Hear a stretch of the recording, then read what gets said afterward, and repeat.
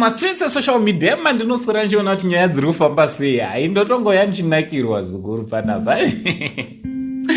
Ndotongoya ndichitongosparkwa zvangu anditi ndasangana nacho chikomana chekwaMugabe ichi chinonzi Chatunga Mugabe anditi ndoda kuradzai mapics achona vakomana kuti uzoti zviri kuitika kumukomana uyu unotozvishayirwa pazo anditi imi ndimuchandiudza vazukuru ndichakuudzai zviri kutaurawo vamwe kwandabva naro yo picture anditi asi chekutanga kana uri munyowani usati wasubscribe inzwa ukama hwedu pano paSaint TV unobatanidzwa nekusimbiswa nekusubscribe anditi kana wasubscribe zvoreva kuti aiwa wave part and parcel of this family. Aiwa ndichitoti zviri kudi kwese kwamuri vazukuru vasekuru Saint umwe anobva abatikana kuti sei uchingotiti vazukuru nezera rako. Aiwa don't be offended, ndirongorera kuti ndiri chanzvadzi chamai venyu chilast born chidiki anditi so don't be offended, unongondigamuchira sehama yako andi ndiri kunyengerera wani kuvawo hama yenyu.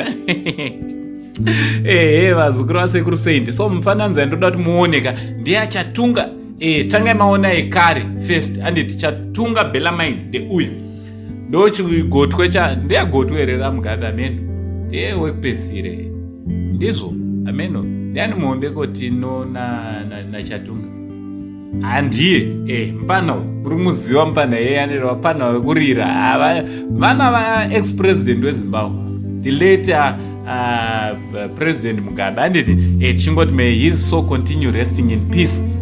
Kufunga muri kumuziya ti ndi Chatunga right. Current pick rake ranhasi zvamaimhanja ndeawa right. Chimboonaiwo vazukuru musiyano wavepo. Mukomana hakusi kurwara here, mukomana anga achirwara kauyu, mukomana anga achirwara. Vamwewo ndo vanga vachiti mukomana anenge anga achitora zvinodhaka amino vamwewo mastreets anditi vamwe vari kuti mukomana anga achitora zvinodhaka zvinogona zvanga zvakutokanganisa utano hwake ameno. Muri kuzviona sei vazukuru difference iripo pamapics ekutanga nemapics awa ekupedzisira. Chatunga po anga akamira naStuart nyama yaro. Stuart ndiye anopfeka kaface mask anovharavhara face ndo brando rake Stuart nyama yaro.